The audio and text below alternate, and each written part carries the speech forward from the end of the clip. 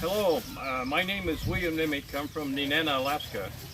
Anyway, I'm making this video. I'm in exile. I was running for governor, and I've been having a conflict with the state many years. I'm a farmer, Kobe Ag, and I'm in Southeast Asia. I'm not going to tell you exactly where I'm at because right now it's not very safe. But anyway, I want to teach you about the real powers that's running the state of Alaska and how they work. I've been in public office 2 terms in Alaska, and I've been in Alaska most of my life. I'm a homesteader and farmer, Kobe Ag, and I worked on the North Slope, and I had a gold mining company and many things like that. Anyway, I have to move to Southeast Asia. It's my 2nd time. I've been tangling with politicians in Alaska, and it got dangerous, and I had to go. And I want to go home. I miss my farm, and I want my farm back. But to me, the way of life in Alaska is more important than my personal interest, and I've taken on a lot to get into this kind of a predicament. But anyway, I'm in Southeast Asia, and what I want to do is not only to keep your interest, I'll teach you about Southeast Asia a little bit, and then about what happened to me and why I'm here and how I want to go back. And I want to explain to you about constitutional law and how our state government is supposed to work and what is really happening. Now, I've had a lot of experience with politics ever since the Libertarian Party, and I helped Dick Randolph get elected, and I worked with Jack Cockhill, and I supported Jay Hammond, and I've been involved with this many years. And I had to come here for my own safety, and I was also caught in a court battle with the Superior Court, but I couldn't win, and many illegal actions have taken place. I farmed at Kobe Ag about 30 years, and I raised hay and grain. I'm the first person that ever had a combine and thrashed grain in the Nenana River drainage. And I did 2 terms on the Borough Assembly, and most of my life I've lived in the bush somewhere. I love Alaska. Alaska's a place to have a second chance of life, to build a new life, and to have a future, and to have a lot of freedom. And now in Alaska, it's all up for grabs. Well, this is Brown. This is she's pregnant, and she has another little one there. She's a mare, and she's the main farm animal on the farm here. And then they also have a carabao, and then she hauls corn, and then down to where there's roads, and then they can haul it off with the truck. Anyway, she's 6 years old, and she's pregnant with the foal now. And anyway, she's kind of part of everything here. But anyway,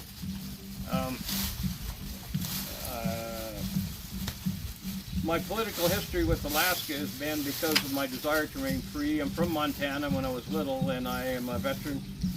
And I'm a Mennonite background, so I don't believe in violence, except Alaska's gotten pretty violent for me. Anyway, the court system in Alaska, I believe in the rule of law and the checks and balances system.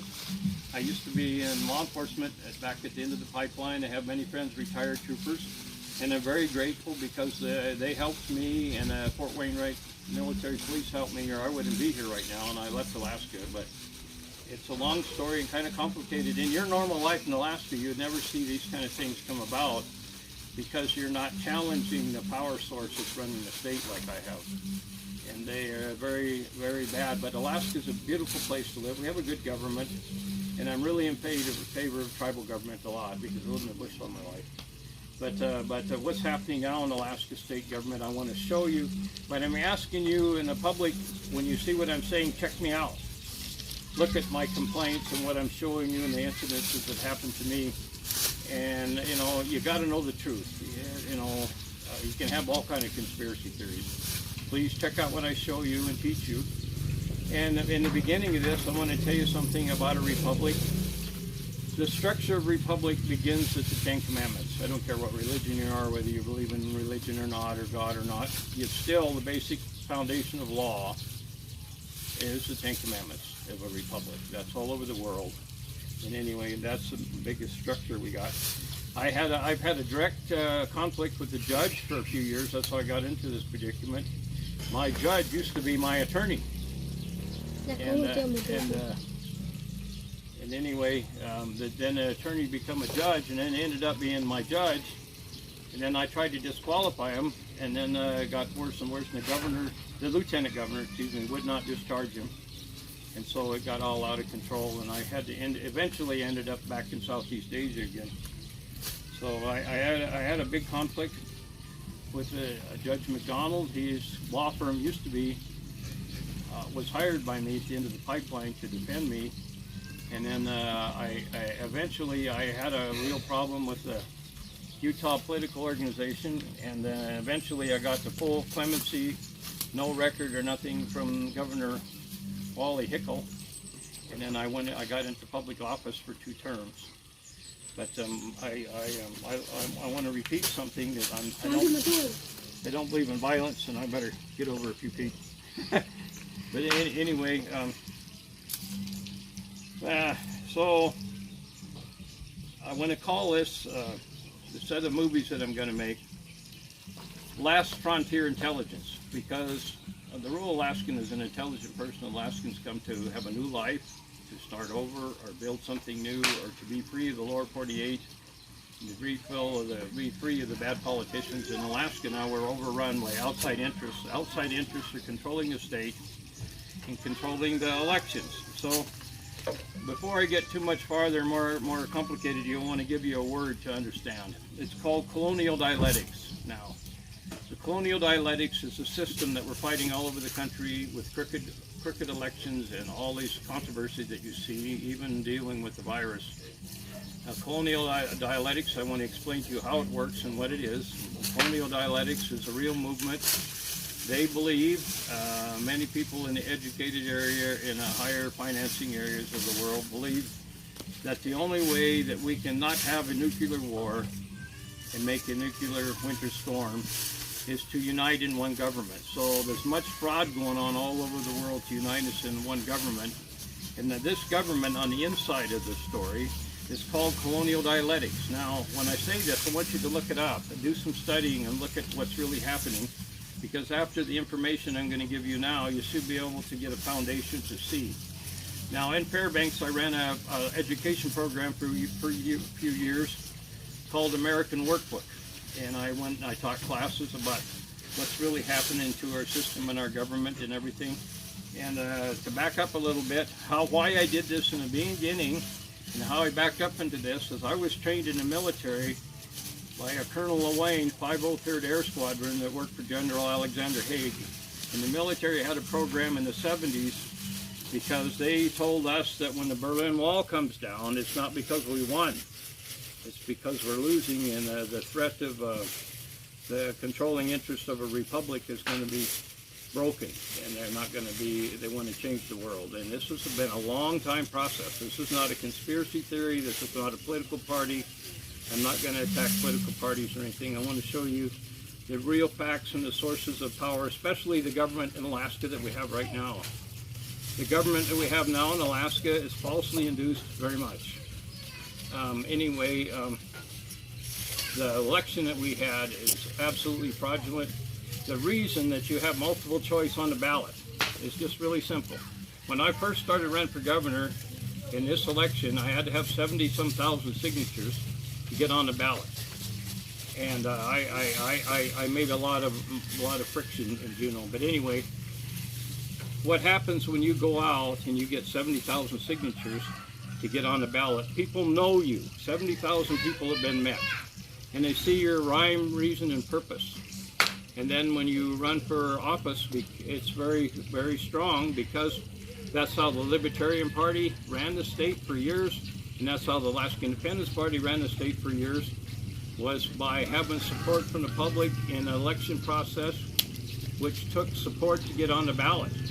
Petition for referendum of over 70,000 votes made you a candidate that was qualified and approved by the people to run for office. What they done with this election is very fraudulent. I will teach you that in other movies and this one. And if you go back and look where Joel Miller ran against Lisa Murkowski, now this questions I want you to ask the public. If you got a friend that's a native in a village, or you know other people around that are in the political arena, The villages is a good place to ask questions. You ask them about the balloting process of Joe Miller and the write-in ballots. You're going to be surprised at what they tell you how the balloting works. People that didn't live there, people that were, it was a put-on. And there's many stories of how the ballots come out of the villages in the minority report to make a majority consensus, which wasn't mathematically possible for that to win. The reason that it worked was that Joe Miller did not contest the right way after he won the primary, and they put Lisa Murkowski on. She was not qualified to be in the primary vote, but she was put in there as a majority winner by write-in ballot. Now the write-in ballot, she was here supported by the state, and write-in ballots came in, even how to spell her name. Much fraud in this, but the reason nothing happened is the controlling interest of the whole state grabs everything in the media and everything around it and has a tight hand on it, and there's no way to make the outside come in. They're absolutely threatened because of the back movement, excuse me, of the Libertarian Party, which dominated the state, and the Alaska Independence Party, which dominated the state. They don't want this power to come about again. Believe me, the right to come to Alaska and to be free and to work with your hands and build a free life and a free government and be honest and have a chance for an open, honest future is not liked by many. The large corporations and large government groups that are involved in the same thing almost, in the corporate powers, they do not like the individual right of an Alaskan to come here and do everything. And if you look at what happened to the rights of the miner and the rights of the persons with mineral rights and how they've changed and the laws have changed in a few years, you can see that the corporate interest has gained control of our private minerals and our private ideas, and they're controlling it. Now this is a lot of information to give it you at one time, so I'm going to make more videos. But the thing of it is that this is the first one, and I'll tell you, I am through the primary. I failed the primary, but know this before we go any farther. The packet that was supposed to come out to everybody, it cost me a lot of money and a lot of time and a lot of research. Everybody was supposed to get a booklet from the government, from the Division of Elections. You're supposed to receive it, and it talked all about all the candidates and who you're voting for. This packet has been a practice in Alaska since the beginning. No packets went out. How this is all caught up with is that I got myself. I'll tell you how I caught it. My credit card was hacked, and the bank helped me, and we tossed it out. Well, when they canceled the packet to go out right before the end of the election, then I had to get paid. I had to get the money back. So they sent a check. They cut a check and mailed it to my address, and it was not. That's how I caught it. It came back not through the bank account automatic. And the thing of it is everybody was supposed to get a packet in the primary election of knowing each candidate, and it was supposed to be fair and equal time of media coverage within the state by law, so you could see the background and the goal of each candidate and why they're running. You did not get them. I know you didn't get them because they give me my money back for mine. Now, the thing of it is this is bad, and the reason you did not get them, if you would have seen the reasons and why all the candidates are running, you would see the real source of power that's in the state and what's controlling it. The state of Alaska has never been so corrupt in my whole life that it is now, and we're in a lot of conditions.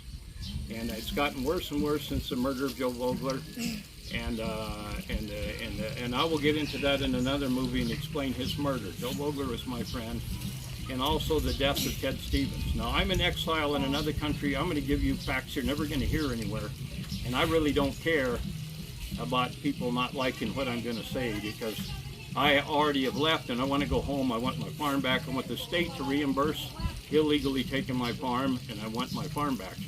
And they need to, the person they give the title to, they need to pay her off, and I'm going to keep pushing at this. But this movie is going to come to an end now. So I want you to see just an introduction to why I'm building the Last Frontier Intelligence. Now remember that we've had great leaders. Dick Randolph did a really good job. And Bob Bettisworth. I knew Bob Bettisworth, the honoriest man I ever met.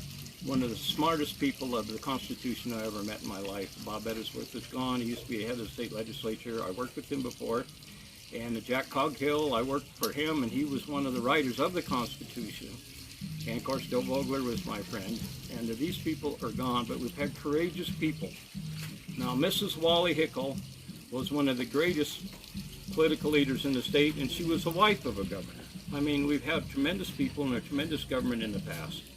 And I want to teach you the history of Alaska, of how I know it, and what's happened to me and my incidents, so you can see that when I straighten it out, the government will be cleaned up. And I'm going to come to the end of this video, but I want you to keep looking for more videos being posted. And then I also will teach you about Southeast Asia. I love farming, and I love using biochar. I've taught biochar classes in Southeast Asia, and I'll teach you how biochar works instead of fertilizing. In Alaska, we have a problem because the fertilizer plant is being shut down more and more and more, and the cost of fertilizer is too high in Alaska. We do not need to buy commercial fertilizer to have a good crop. If you reorganize your farm and do it in a different manner, you can have your own fertilizer in a natural way. And it's called biochar. So look this up on YouTube, biochar, and I'll explain this more and more later. And I'll tell you right now, I'm in Southeast Asia, and it's really hard here now. The other day, I got their military were here, and in the hills out of here, they're fighting another group of people in the mountains that are what we call in America what we call a terrorist organization. And the friction is here, and I'm not supposed to be here. There's no white people here, and I was warned yesterday by the government here that I'm not safe and to leave, but I'm not going nowhere. I'm safer here right now under this controversy, absolutely more than I am if I'm in Fairbanks. And I will prove my liability and my ideas that I'm coming up with of how to show you the true principles of government that is really controlling Alaska and where they're coming from. I can do this, so please be patient and watch more of my videos. I love Alaska. My main goal is not power or money. I'm a Mennonite farmer, and I love the Lord, and I only care about the actual government being within control of the Alaskan people. And you don't have that right now. And so I'm going to come to the end of this video. I will use no editing, and I will do no fancy dancing with these videos because I'm in the jungle, Southeast Asia, and I don't have any resources. I really skinned myself to get this stuff online, and I want it to work.